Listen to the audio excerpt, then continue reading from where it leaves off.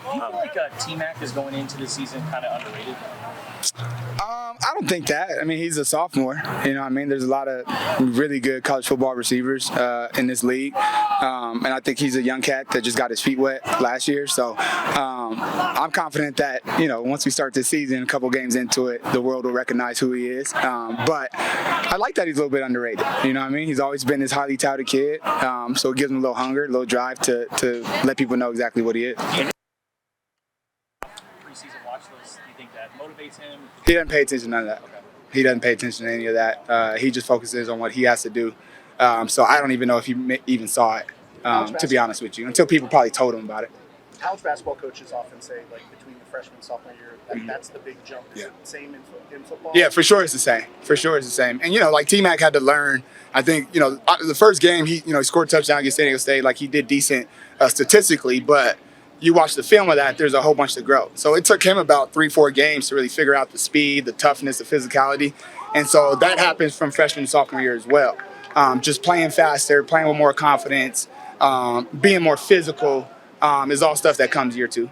How would you describe the process of him expanding his repertoire? Mm-hmm. Like when we watch him out here now, it's a lot of different types of catches, different types of routes versus maybe when he first started out, it was just kind of like sideline stuff. Right, yeah, and I think that was just part of him making the transition from high school to college, right? There's certain ways you have to run certain routes. You can't always tempo off the ball. Sometimes you got to come off the ball with real speed, and then sometimes you do have to tempo out of it. So I think just learning the details of our offense and, how to run each and every route. There were certain routes that we didn't have him run last year because it takes some time to learn. But now he's got the full playbook to his disposal, and so we put him in a bunch of those different situations. You guys talked about him gaining, I think it was 20, 25 pounds to get to 215. Mm-hmm. How has that worked out? Yeah, it's looked great. I mean, his body feels great. We're in camp, so nobody's body feels 100%, but body feels good. I thought today he played with great speed and great effort. And that just comes with, and not necessarily the numbers. Everybody looks at numbers, weight numbers, but it's really how much muscle mass he's putting on and how much those quick twitch muscles are getting with John in our speed school. And so I think that's really, the number's cool. He's about 210. That's cool, but it's really just the mobility and the strength that's really been impressive. Kevin, what do you say to people in terms of T-Mac that say he's not a real fast receiver? And then second part of that question is, what are you seeing that does allow him to get open so successfully? Yeah, I would tell you to Google the 40s are the best receivers in the league, right? There's not a bunch of 4.4s, 4.3s on there. So it's not all about speed, it's how you use your speed. And I think that's the thing that T-Mac's special with is, he can glide into a route, but be so good at the top of it that the DB isn't able to break on it so fast. So what makes T-Mac special is how good he is at the top of his routes and being able to push back to the ball and create that late separation. What have you seen from A.J. Jones so far in training camp? Yeah, playing with confidence, playing with physicality. I think A.J. he's young, so he's still growing. I think he had to get used to his lower half. I think as he's gotten more confident in his lower body, he's been able to start and stop more as far as his break transitions is concerned. And I think that's really elevated his game. And he's playing with a lot of confidence, right? He knows he can play this game.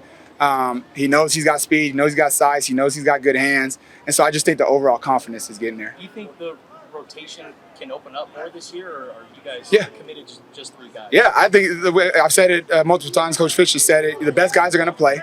But if you can have a fresh rotation, that always makes your group even better.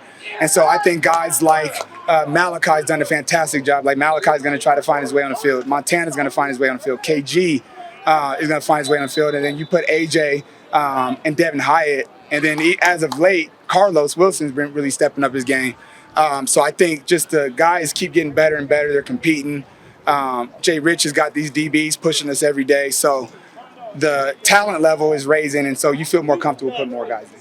What's the dynamic like with the receivers and the DBs? Just talking trash about coaches. Yeah.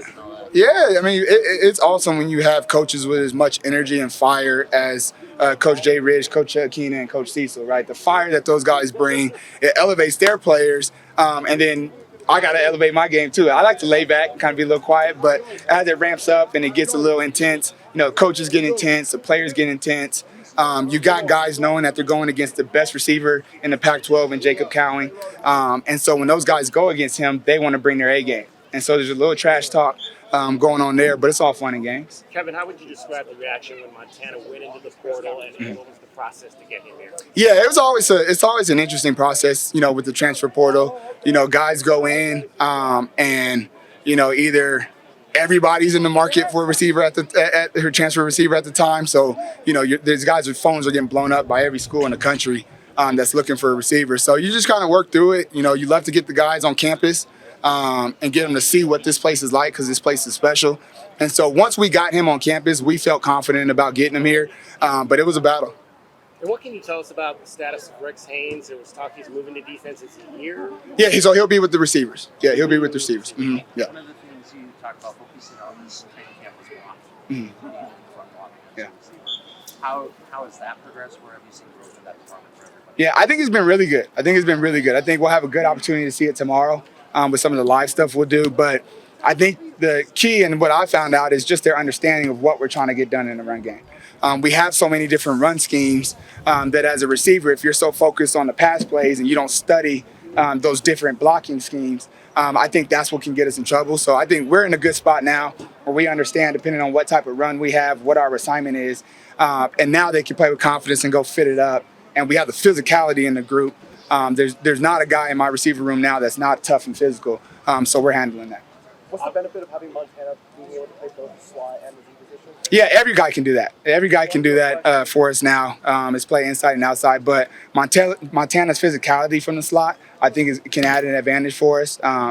He's going against tight ends or linebackers at times, and he can win that physical matchup. So whereas Jacob is going to use the finesse and the speed that he has to put those guys in trouble, okay, Montana can bring the physicality in there. And we've seen T-Mac do a little bit of that as well.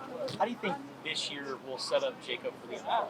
Yeah, I think the sky's the limit for him. I think the way that Jacob has taken care of his body, the way he's taken care of his mental part of the game, I think he understands now that he can go out there and put up huge numbers again and have an opportunity to see him in an early draft pick. He's one of the top receivers in the country as far as career receiving yards, back-to-back 1,000-yard seasons. So he knows that all he has to do is keep working. There's no pressure. There's no concerns about what's going on. He knows who he is to this team and the opportunities we're going to give him. He just got to go out there and keep elevating his game each and every day. All right, that's our time. Yeah, appreciate you guys.